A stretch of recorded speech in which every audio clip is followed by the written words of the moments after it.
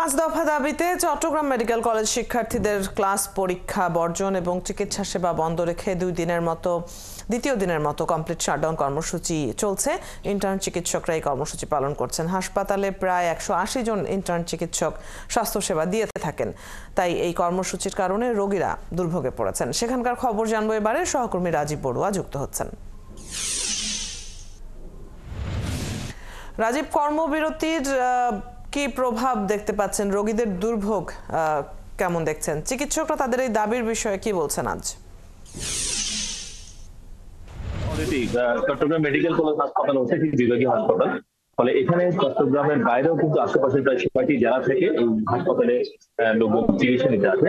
স্বাভাবিক কারণে এখানে যে আসলে চিকিৎসার যে ব্যবস্থা, তার যে আসন তার থেকে বেশি লোক আসলে এখানে চিকিৎসা নিতে আসেন। প্রায় 5 থেকে 6 হাজার মানুষ এখানে আউটডোর এবং ইনডোরে চিকিৎসা নেয়। তো যার কারণে স্বাভাবিকভাবে এটা চাপ কিন্তু থাকে। তো তার উপরে যখন আজকে গত 2 দিন ধরে এখানে যে ইন্টার্নি চিকিৎসকরা আছেন তারা যেহেতু ভাবে সেবা দিচ্ছেন না, কর্মবিরতি পালন করছেন, তো এই কারণে আসলে কিছুটা ভোগান্তির মধ্যে আছেন রোগীরা।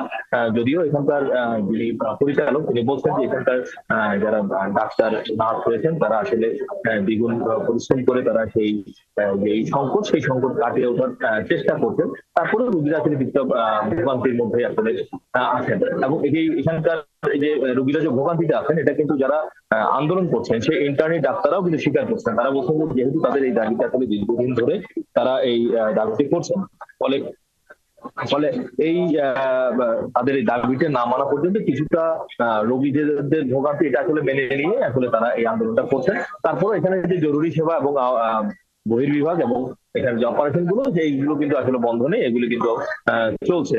এবং তারা বলছেন যে রোগীদের স্বার্থে মূলত আসলে তাদের এই আন্দোলন, কেননা তারা বলছেন যারা আসলে পুরোপুরি যারা ডাক্তার নয় তারা কিছুটা ট্রেনিং নিয়ে তারা যে ডাক্তারি করছেন এতে কিন্তু রোগীদের জীবন নাশের একটা হুমকির মতোই। কারণ তারা যে অ্যান্টিবায়োটিক ওষুধগুলো দিচ্ছে, তারা যে অন্যান্য যে ওষুধগুলো দিচ্ছে সেটা তো সাময়িকভাবে হয়তো রোগীরা ভালো হচ্ছেন, কিন্তু সেই তার যে প্রভাবের কারণে পরবর্তীতে রোগীদের যে জীবনহানি হয় বা কোনো ধরনের অঙ্গহানি হয় এই বিষয়টা সম্পর্কে কিন্তু যারা মেডিকেল এসেছেন তাদের আসলে পুরোপুরি আসলে ধারণা নেই। ফলে তাদের এই দাবিগুলোর মধ্যে দাবিগুলো সেগুলো আসলে রোগীদের কল্যাণের জন্যই এই দাবিগুলো রোগীরা যাতে সুস্থ হয় এবং এই জন্য তাদের এই দাবি এবং তারা এই জন্য দিনের মতো তারা কর্মবিরতি পালন করছেন। এবং তাদের সাথে একত্রিত ঘোষণা করে চট্টগ্রাম মেডিকেল কলেজ হাসপাতালের যারা শিক্ষার্থী আছেন তারা কিন্তু আজকে থেকে ক্লাস পরীক্ষা বর্জন করছেন। আমরা এর আগে চট্টগ্রাম মেডিকেল অধ্যক্ষের সাথে কথা বলেছি, অধ্যক্ষ বলছেন যে আসলে তারা শিক্ষকরা সবাই আছেন এবং এখানকার যে চট্টগ্রামের খবর আপনার কাছ থেকে আমরা জেনে নিচ্ছিলাম। ধন্যবাদ যুক্ত হয়ে সবশেষ পরিস্থিতি জানিয়ে দেওয়ার জন্য।